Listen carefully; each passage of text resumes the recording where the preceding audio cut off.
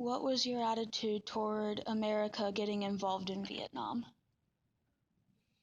Well, that's a political football. I mean, you can make a lot of friends, you can make a lot of enemies answering questions like that. But I was one of these that, having come from a family of World War II veterans, where, you know, the U.S. is right.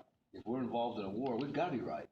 You never questioned the involvement in the military conflict because it's the United States of America. We don't just pick fights, but we will go in and protect people's rights. And I thought that's what this was about, really. It really came into the point where you're trying to protect the South Vietnamese from a communist regime. And, yeah, it was one of those situations where I never questioned us being in there. But again, my generation, our parents were all World War II vets who fought, and a little bit different reasons, but that feeling was ingrained that, yeah, we're right. We got the right to be there to stop this. But we weren't allowed to win. What was your most vivid memory from this time period? Boy, there's several. Um, One that comes to mind is where we lived was right on kind of like just coming out of town on the main street. We had a big front porch. My dad was high school principal, and one of the graduates had graduated and had gone in the army, had done his 365 days in Vietnam and was home. And he was walking up the street, stopped up on our front porch, in full uniform, stopped up on the front porch to talk to my dad because he really had a lot of respect for my father.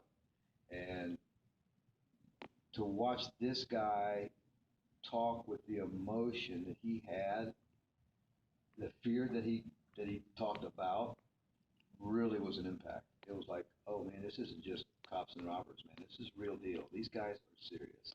The second one that drove it home was when I was in college, and we were at football practice in college. We had a kid playing on the football team who was a former Marine, platoon sergeant, and he was on at school on GI Bill, but was after several years being away from football, was trying to play football. We were out on a practice field. Thunderstorm rolls in. A huge clap of thunder went off, and immediately, without thinking, this guy's on the ground, arms over his head, in a position like he thought was an incoming round of artillery.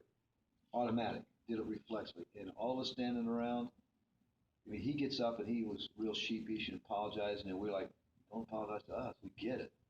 But at that point, you realize how ingrained this was in these people that were over there. It was, you never knew what was going to happen, and you had to react. You didn't have time to think. That's what he did. He reacted like it was an incoming artillery round and just hit the ground. That really drove it home to me. Did this military conflict have any drastic effect on your life?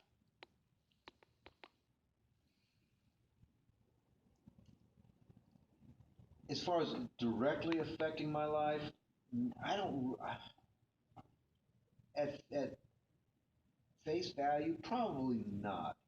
What it what did what it did do was when you put the Vietnam War right alongside the protest of the war and the way our culture was at that point in time, that had the effect. Because suddenly you starting to link the war and the protesting, it's the first time that you actually start to think, is the United States of America wrong? How can so many people be so anti-government? It's the first time I ever actually was exposed to, I guess, civil disobedience. How did you feel when Saigon fell in April 1975? Very saddened. I mean, I wasn't scared that I thought, the Russians were going to come over the United States or the communists were going to take over the U.S., but I was very saddened because personally, I felt like that was a war that we should have won, but most of the war was spent, with the military being told how they were supposed to fight it by non-military people. And you can't fight a war that way. I mean, war is not great, it's not fun, it's not adventurous, it's ugly, it's violent, people die. But that's the nature of war. And unfortunately, you get civilians caught up in it as much as you don't want it to happen, but it happens also. But the same token, you're faced with a growing opposition to the war here in the U.S.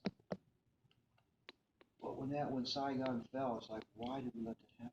Why didn't we just win the war and bomb Saigon and Hanoi and the Vietnamese into non-existence? I wanted us to win it at any cost.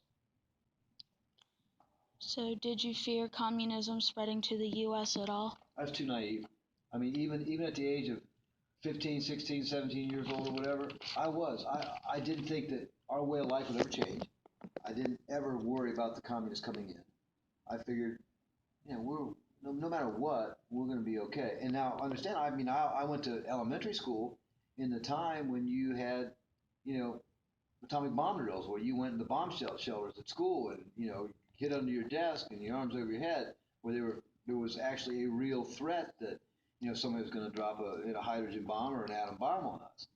But I guess I was just too naive to think that we would actually be taken over by communists. I could not ever think that the United States was not the strongest, most powerful country on earth, and that they were the rightest country on earth, and right wins. I mean, that's just the way I felt about it.